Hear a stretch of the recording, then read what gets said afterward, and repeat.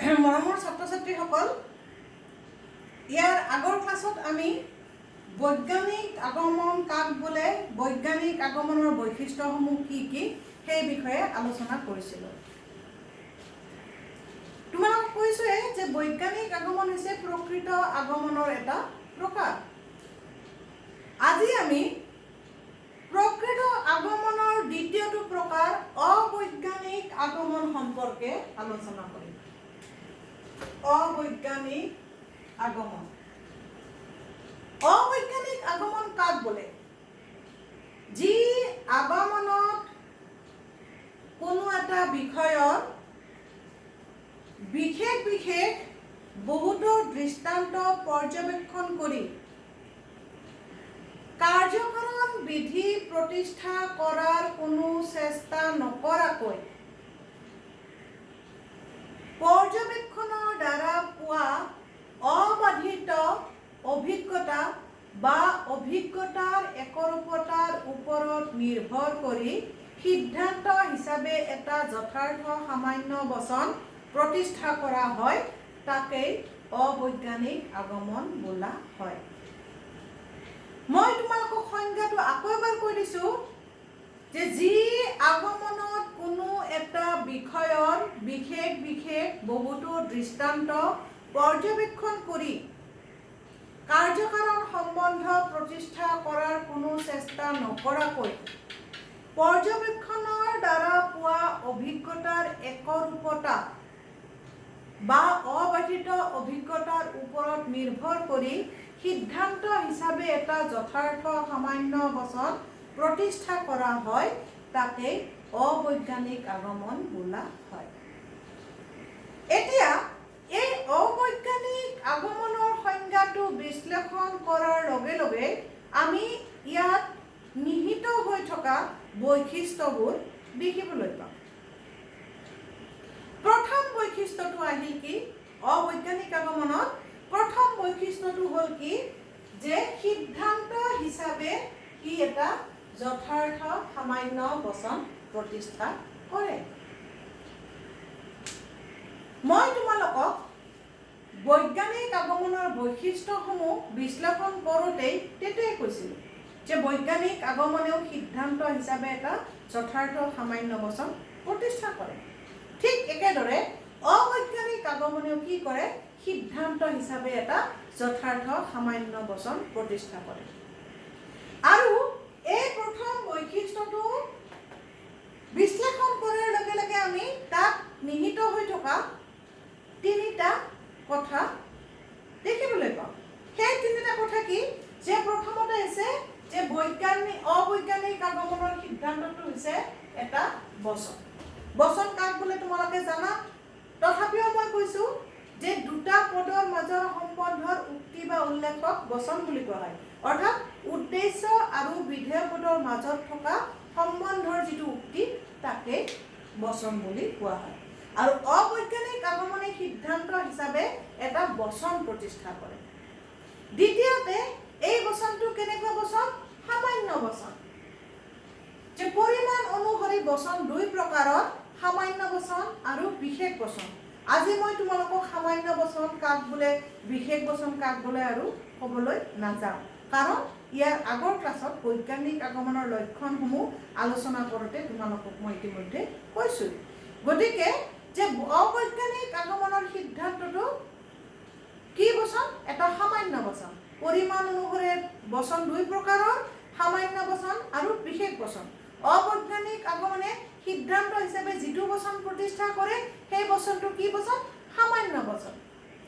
তৃতীয়তে তাৎপৰ্য অনুসৰি বচন দুই প্ৰকাৰৰ, সেইটো হৈছে যথাৰ্থ বা সংশ্লেষক বচন আৰু আনটো হৈছে শাব্দিক বা বিশ্লেষক বচন।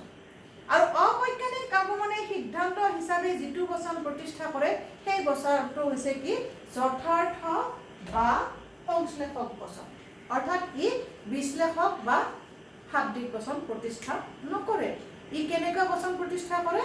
যথাৰ্থ বা সংশ্লেষক বচন। এইটো হ'ল অবৈজ্ঞানিক আগমনৰ প্ৰথম বৈশিষ্ট্য। দ্বিতীয় বৈশিষ্ট্যটো হৈছে কি? যে অবৈজ্ঞানিক আগমনৰ সিদ্ধান্তটো কিহৰ ওপৰত নিৰ্ভৰশীল, পৰ্যবেক্ষণৰ ওপৰত নিৰ্ভৰশীল। কাৰণ ইতিমধ্যে আমি কৈছোৱেই যে আগমন অনুমান বস্তুগত সত্যতাৰ লগত জড়িত। আগমন অনুমানে বস্তুগত সত্যতা বিচাৰ কৰে। আৰু বস্তুগত সত্যতা আমি কেনেকৈ লাভ কৰিব পাৰোঁ? যে প্ৰত্যক্ষৰ দ্বাৰা আমি যিবোৰ বিশেষ বিশেষ দৃষ্টান্ত আমি অভিজ্ঞতা লাভ কৰোঁ, বিশেষ বিশেষ দৃষ্টান্ত, সেই প্ৰত্যক্ষৰ দ্বাৰাই তাৰ বস্তুগত সত্যতাটো প্ৰতিষ্ঠিত হয়। গতিকে অবৈজ্ঞানিক আগমনত আমি যিবোৰ বিশেষ বিশেষ দৃষ্টান্ত সংগ্ৰহ কৰোঁ, কিহৰ দ্বাৰা সংগ্ৰহ কৰোঁ? পৰ্যবেক্ষণৰ দ্বাৰা। পৰ্যবেক্ষণ দুই প্ৰকাৰৰ হ'ব পাৰে। মই ইয়াৰ আগৰ ক্লাছতেই কৈছোঁ যে পৰ্যবেক্ষণ দুই প্ৰকাৰৰ হ'ব পাৰে, সৰল পৰ্যবেক্ষণ আৰু পৰীক্ষণমূলক পৰ্যবেক্ষণ। অৰ্থাৎ নিৰীক্ষণ আৰু পৰীক্ষণ। নিৰীক্ষণক সৰল পৰ্যবেক্ষণ বুলিও কোৱা হয়। কিন্তু অবৈজ্ঞানিক আগমনত পিছত তোমালোকে পাবা, তথাপিও মই এই প্ৰসংগতে কৈ থৈছোঁ যে অবৈজ্ঞানিক আগমনত পৰ্যবেক্ষণৰ দ্বাৰা দৃষ্টান্তসমূহ সংগ্ৰহ কৰা হয় বুলি কওঁতে কিন্তু কিহৰ দ্বাৰা কৰা হয়? পৰ্যবেক্ষণৰ এটা প্ৰকাৰ নিৰীক্ষণৰ দ্বাৰা। অবৈজ্ঞানিক আগমনত কেতিয়াও পৰীক্ষণৰ দ্বাৰা দৃষ্টান্ত সংগ্ৰহ কৰা নহয়। অবৈজ্ঞানিক আগমনত সদায় নিৰীক্ষণৰ দ্বাৰাহে দৃষ্টান্তসমূহ সংগ্ৰহ কৰা হয়। এইটো হ'ল দ্বিতীয় বৈশিষ্ট্য। তৃতীয় বৈশিষ্ট্যটো হৈছে কি? যে অবৈজ্ঞানিক আগমনৰ সিদ্ধান্তটো অনুমিতি স্বভাৱৰ। অৰ্থাৎ অবৈজ্ঞানিক আগমনত কি কৰা হয়? যে নিৰীক্ষণৰ দ্বাৰা বাস্তৱ জগতৰ পৰা কিছুমান বিশেষ বিশেষ দৃষ্টান্ত সংগ্ৰহ কৰা হয়। নিৰীক্ষণে এই বিশেষ বিশেষ দৃষ্টান্তবোৰহে প্ৰতিষ্ঠা কৰিব পাৰে। নিৰীক্ষণৰ দ্বাৰা কেতিয়াও আমি সামান্য বচন প্ৰতিষ্ঠা কৰিব নোৱাৰোঁ। আমি সামান্য বচনটো প্ৰতিষ্ঠা কৰোঁ কেনেকৈ? যে নিৰীক্ষণৰ দ্বাৰা সেই বিশেষ বিশেষ দৃষ্টান্তবোৰ আমি প্ৰত্যক্ষ কৰোঁ, সংগ্ৰহ কৰোঁ। সংগ্ৰহ কৰাৰ পিছত তাত আমি যি একৰূপতা দেখোঁ, সেই একৰূপতা সেই জাতীয় সকলো বস্তুলৈকে প্ৰসাৰিত কৰোঁ, কৰি অনুমান কৰোঁ। সেই অনুমান কৰি, অনুমানৰ ওপৰত ভিত্তি কৰি সেই জাতিটো বা সেই শ্ৰেণীটো সম্পৰ্কে এটা সিদ্ধান্ত প্ৰতিষ্ঠা কৰোঁ। গতিকে সিদ্ধান্তটো কিহৰ ওপৰত নিৰ্ভৰশীল হ'ল? অনুমানৰ ওপৰত। গতিকে অবৈজ্ঞানিক আগমনৰ যিটো সিদ্ধান্ত, সেই সিদ্ধান্তটো কেনেকুৱা? অনুমিতি স্বভাৱৰ। তাৰ পিছৰ বৈশিষ্ট্যটো হৈছে কি? আগমনাত্মক জাপ। ইয়াৰ আগৰ ক্লাছতে তোমালোকক কৈছোঁ যে আগমনাত্মক জাপ কাক বোলে? যে বিশেষৰ পৰা সামান্যলৈ যোৱা, কিছুমানৰ পৰা সকলোলৈ যোৱা, জ্ঞাত সত্যৰ পৰা অজ্ঞাত সত্যলৈ যোৱা যিটো ঊৰ্ধ্বমুখী গতি, সেইটোকে কোৱা হয় আগমনাত্মক জাপ। অবৈজ্ঞানিক আগমনতো কি কৰা হয়?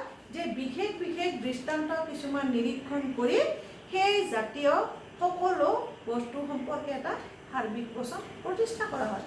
অৰ্থাৎ ইয়াক বিশেষৰ পৰা সামান্যলৈ গতি কৰা হয়, যিটো আগমনাত্মক জাপ বুলি কোৱা হয়।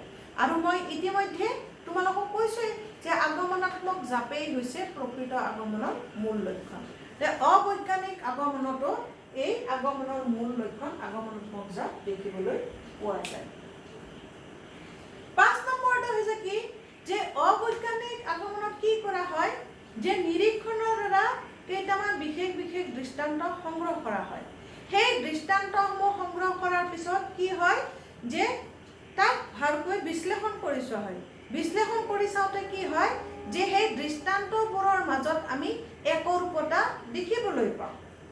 আৰু সেই দৃষ্টান্তসমূহৰ পৰা যিটো লাভ কৰা যিটো অভিজ্ঞতা, সেই অভিজ্ঞতা কোনোদিনে আমি বাধাপ্ৰাপ্ত হোৱা দেখা নাপাওঁ। অৰ্থাৎ সেই অভিজ্ঞতা আমাৰ অবাধিত। গতিকে কি কৰা হয়? যে সেই নিৰীক্ষণৰ দ্বাৰা লাভ কৰা অবাধিত অভিজ্ঞতা বা অভিজ্ঞতাৰ একৰূপতাৰ ওপৰত নিৰ্ভৰ কৰিয়ে অবৈজ্ঞানিক আগমনত এটা সিদ্ধান্ত প্ৰতিষ্ঠা কৰা হয়। অৰ্থাৎ অবৈজ্ঞানিক আগমনৰ মূল ভিত্তি হৈছে কি? অবাধিত অভিজ্ঞতা বা অভিজ্ঞতাৰ একৰূপতা। কেতিয়াবা কেতিয়াবা তোমালোকক পৰীক্ষাত এনেকুৱা ধৰণৰ প্ৰশ্ন আহিব পাৰে, সুধিব পাৰে যে অবৈজ্ঞানিক আগমনৰ মূল ভিত্তি কি? উত্তৰটো হৈছে কি? যে অবৈজ্ঞানিক অবৈজ্ঞানিক আগমনৰ মূল ভিত্তি হৈছে অবাধিত অভিজ্ঞতা বা অভিজ্ঞতাৰ একৰূপতা। 6 নম্বৰ বৈশিষ্ট্যটো হৈছে কি যে অবৈজ্ঞানিক আগমনত কেতিয়াও কাৰ্যকাৰণ সম্বন্ধ প্ৰতিষ্ঠা কৰাৰ চেষ্টা কৰা নহয়। এই কথাটো সংজ্ঞাটোত কোৱাই হৈছে যে কাৰ্যকাৰণ সম্বন্ধ প্ৰতিষ্ঠা কৰাৰ চেষ্টা কৰা নহয়। কি কৰা হয় যে নিৰীক্ষণৰ দ্বাৰা পোৱা দৃষ্টান্তসমূহৰ পৰা লাভ কৰা অবাধিত অভিজ্ঞতাৰ ওপৰত ভিত্তি কৰিয়ে এটা সিদ্ধান্তত উপনীত হোৱা যায় বা এটা সিদ্ধান্ত প্ৰতিষ্ঠা কৰা হয়। যিহেতু ইয়াত কোনো কাৰ্যকাৰণ সম্বন্ধ প্ৰতিষ্ঠা কৰা নহয়, গতিকে ইয়াৰ সিদ্ধান্তটো সদায় সম্ভাৱনামূলক। কোনোদিনে ই নিশ্চিত স্বভাৱৰ হ'ব নোৱাৰে। কিয় নোৱাৰে? কাৰণ বিশেষ বিশেষ দৃষ্টান্তসমূহৰ পৰা যেতিয়া সাৰ্বিক বচনটো প্ৰতিষ্ঠা কৰা হয়, অৰ্থাৎ বিশেষ বিশেষ দৃষ্টান্তসমূহৰ ওপৰত নিৰ্ভৰ কৰি যেতিয়া আমি সামান্যলৈ গতি কৰোঁ বা সামান্য বচনটো প্ৰতিষ্ঠা কৰা হয়, তেতিয়া কি আমি কোনো নিয়মৰ ওপৰত, অৰ্থাৎ অবৈজ্ঞানিক আগমনে কোনো নিয়মৰ ওপৰত নিৰ্ভৰ নকৰে। সেইকাৰণে কি কোৱা হয় যে অবৈজ্ঞানিক আগমনৰ সিদ্ধান্তটো সদায় সম্ভাৱনামূলক। এনেকুৱা এটা 1 নম্বৰৰ প্ৰশ্ন তোমালোকৰ পৰীক্ষাত আহিব পাৰে যে অবৈজ্ঞানিক আগমনৰ সিদ্ধান্তটো কেনে স্বভাৱৰ। কি হ'ব উত্তৰটো? যে অবৈজ্ঞানিক আগমনৰ সিদ্ধান্ত সদায় সম্ভাৱনামূলক। নতুবা এনেকৈ সুধিব পাৰে যে অবৈজ্ঞানিক আগমনৰ সিদ্ধান্তটো নিশ্চিত স্বভাৱৰ অব্লিক দি সম্ভাৱনামূলক। শুদ্ধ উত্তৰ বাছি উলিওৱা। তেতিয়া উত্তৰটো কি হ'ব? সম্ভাৱনামূলক। এইকেইটা হৈছে অবৈজ্ঞানিক আগমনৰ বৈশিষ্ট্য। মই আশা কৰোঁ ছাত্ৰ ছাত্ৰীসকল তোমালোকে বুজি পাইছা। তোমালোকে পাঠ্যপুথিটো পঢ়ি ল'বা, আৰু যদি কিবা কথা তোমালোকৰ অলপ শুধৰণি আছে তেনেহ'লে মোৰ লগত তোমালোকে যোগাযোগ কৰিবা, মই তোমালোকক বুজাই দিম। আজিলৈ ইয়াতে এৰিছোঁ। ধন্যবাদ।